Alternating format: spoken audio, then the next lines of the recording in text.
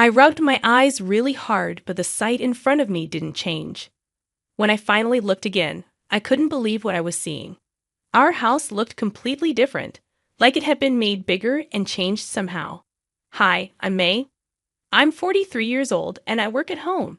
I've been married to my husband Jim for 15 years, but we haven't had kids. That's okay though, because we're happy together. We made a promise before we got married, and as long as we stick to it, everything's good. When I was young, my parents died, so I only had my husband's parents, who I call my own. We used to live just a short bike ride away from them, which was perfect. But things changed when my father-in-law died suddenly. It hit my mother-in-law hard, and we did our best to help her through it. After about 6 months, she started feeling better. But then things got weird. My mother-in-law started coming to our house all the time, every single day, even when we were busy. She'd let herself in and say she was taking care of things so we could go to work. At first, I thought it was nice of her, but it started getting annoying. I wanted to talk to my husband about it, but he was always out when I got home from work. One day, I came home exhausted, and when I went to change in the bedroom, I saw this huge vase that wasn't there before. I was so surprised, I screamed. When I went back to the living room, my mother-in-law was there, eating crackers and making a mess. I asked her about the vase, and she said she put it there. It was this big Japanese-style vase that didn't fit with our Western-style room at all. I couldn't understand why she put it there, and she didn't seem to get why it was weird. Now, she's eating chocolate next to that precious vase a colleague gave me as a souvenir from their trip abroad. But let's put that aside for a moment. The bedroom used to be plain and boring, but now my mother-in-law says it feels much better with the vase there. She seems to be enjoying herself. If someone thinks the huge vase next to the bed is interesting or improves the atmosphere, I'd want to question them for a long time. It's so out of place. And she brought it here herself, not through delivery. That's impressive. But now is not the time to be impressed. Are we seriously keeping that vase? My mother-in-law then complains that she's tired from moving the vase and asks if dinner is ready yet. She expects dinner too. What did I do all day? Worked hard moving the vase, she says. Can she please go home? I'm starting to get fed up. At first, I thought she was just lonely, but now I don't feel that way at all. I make sure to prepare rice and meat soup for breakfast while she's bustling around, ordering me around. May, where's my lunch money? I'm looking after the house for you. You're so thoughtless. At least vacuum daily. I'm the one getting tired of looking after the house. Don't modern daughters-in-law care for their mothers-in-law at all? Her endless demands are making me want to tear my hair out. And then she says she's going to stay the night. I'll sleep in the room with my son, and you, May, can sleep on the sofa. Seriously? What kind of punishment is this? She finally leaves quietly after I give her my treasured cookies, her favorite. I'm at my wit's end, Jim. Please do something about your mother. I cry out to my husband, feeling like I've reached my limit. Well, even if you say so, Mom must be feeling lonely, I guess, he replies. I thought that phase was long over. It's like she's trying to take over our house. Saying it out loud made it click. Now it seems like my mother-in-law is trying to take over our home. If things continue this way, it'll play right into her hands. Oh, forget about the vase. I think this is a problem, but my husband just frowns. Taking over is an exaggeration, he says. It's fine. She's just looking after the house while we're away. We don't need her for that. We have a home security system. Then should we cancel it? It'll save us money, I suggest, frustrated. That's not the point, he replies dismissively. My husband just doesn't understand. Even when I ask him to talk to his mother, he always ends up doing whatever she says. It's like it's always mother over wife. A mama's boy, huh? And still, my mother-in-law's visits don't stop. She's staying over more and more often. Is her takeover project going smoothly? Why do I have to sleep on the sofa? I miss my bed. Maybe we've been too kind to her after my father-in-law passed away. Is this what they call taking advantage of the situation? As I was pondering what to do, I was called in by my boss at work. Worried that I might have made a mistake, I went to see what it was about. Think you could go on a business trip abroad? He asked. A business trip overseas? A chance to get some souvenir chocolates from a colleague, away from my mother-in-law's reach. Well, it's not like that. Being selected for an overseas business trip means being seen as promising for the future. That's the unwritten rule in our company. No, it's different. I'm moving up, I thought. We couldn't have children, but in return, I devoted myself to my work, and it paid off. It seems God is watching over me. My response, "Of course I am," I immediately said. "Okay. Are you sure it's okay, leaving for a month?" My husband asked. "It's fine. Mom's here after all," I reassured him. "But it's his mother that I'm worried about. When I return from the trip, there might be more pots. My dear, leave the house to me. I won't let anything bad happen. I'll take care of it until you return," my mother-in-law declared confidently. "It's because of you that I'm worried," I thought. In the end, the business trip went too smoothly and got extended. Before I knew it, 3 months had passed, and now I'm back home. "Oh, how I've missed this place," I said to myself. "Yes, it's nostalgic," I continued. "But why is our house under renovation?" I closed my eyes for a moment, hoping it's a dream. But when I opened them, it's still the same. What I see is my home transformed by additions and alterations. What in the world? I dashed into the house. "Oh, welcome back. You're late," my mother-in-law greeted me nonchalantly. "Mother-in-law, what on earth is going on here?" I demanded. Well, we're remodeling. We needed to make it a 2-family home to live comfortably," she explained. "A 2-family home." Then my husband appeared. "Oh, welcome back, May. You were gone for a long time. Dinner will be simple tonight," he said. "It's not about having a simple dinner. Why am I just back from a business trip, expected to cook dinner?" I protested. "But that's not the main issue. What have you done? Done without telling me? What do you mean?" "We remodeled for cohabitation. It's better to have a 2-family home, right?" my husband said, seemingly unconcerned. "Why did you do it without asking me?" I confronted him, feeling frustrated. "This house is in my name, isn't it? I can do what I want with it," he replied, dismissive. But still, I tried to argue, but my husband scratched his head in annoyance. "It's fine, isn't it? It's more convenient to have Mom around.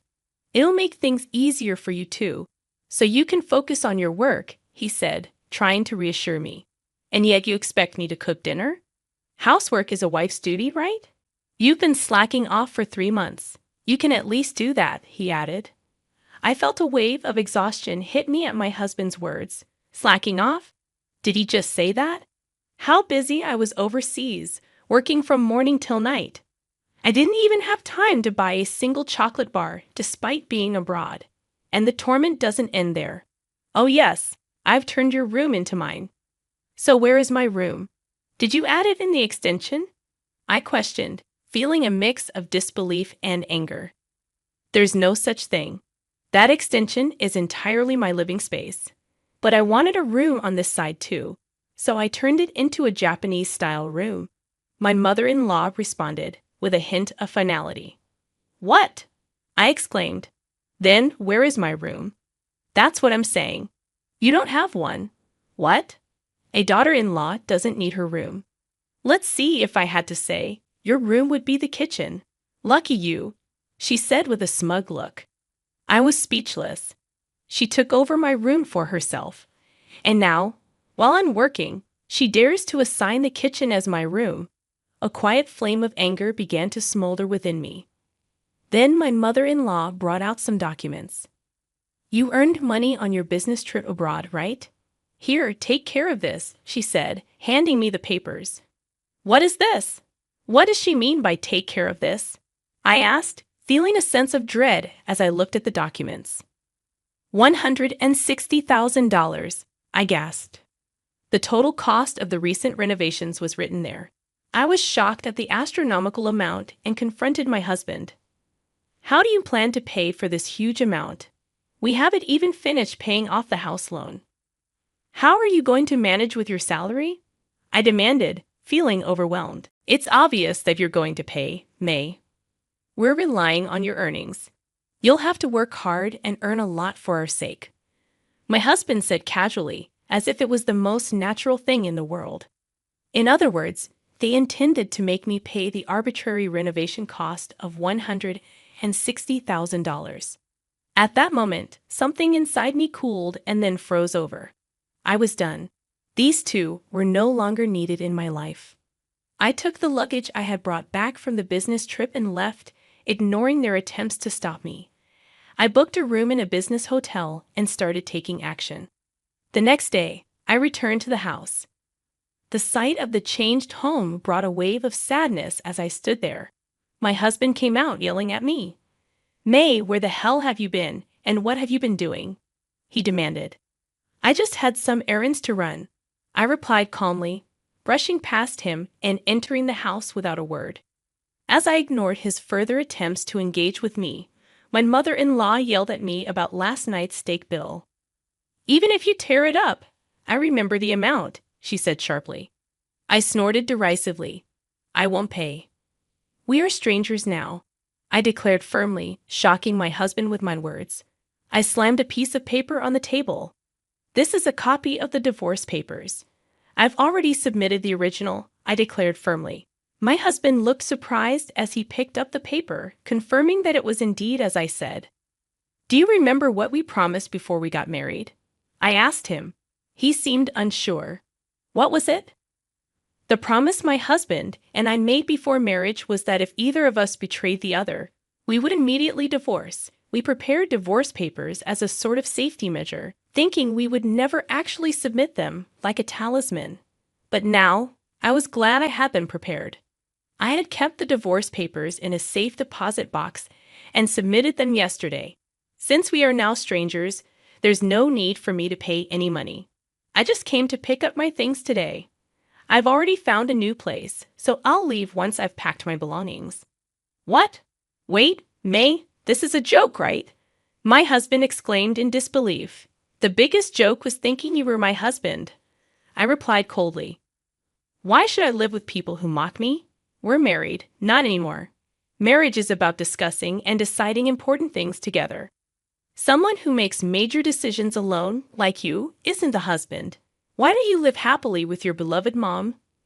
But my cold words made my husband break down in tears, but it was too late for regrets. I continued. "It's good to care for one's mother.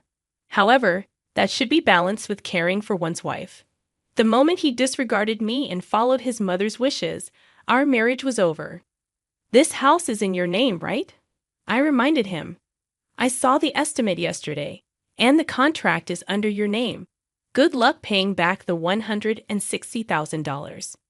I waved my hand cheerily as he collapsed to the floor in shock. As I started gathering my things, my mother-in-law grabbed my arm. "Hold on, May. You can't just do as you please. I don't need your permission." "It doesn't matter what a stranger thinks of me," I retorted. As she was at a loss for words, I remembered something and handed her an item. "Here, as a housewarming gift for the renovation. Be sure to display it in your room," I said, handing her a vase. "What is this?" she asked, puzzled. "It's a vase," I replied. "Believe it or not, it cost $1. "You're lucky, aren't you, mother-in-law?" "What about the $160,000? She cried out. "Well, I'm just a stranger now," I replied with a laugh, quickly packing my belongings and leaving the house. What happened after that? Well, the two of them, who had completely relied on my income, seemed to be living quite poorly. They couldn't possibly make payments on the original loan plus an additional $160,000. My mother-in-law sold her own house, but it didn't amount to much and was far from enough to cover the costs. As for my husband, he was already dealing with reduced pay due to poor business performance. The shock of our divorce might have contributed to him making repeated mistakes at work, resulting in a significant salary decrease. I remember receiving messages from him filled with pleas for help, saying he couldn't pay the loan and they were going to seize the house. My mother's behavior has been strange lately. She accuses me of being a thief and wanders around the neighborhood. It seems they might have to let go of the house. With that shock, my mother-in-law was probably seeing his messages.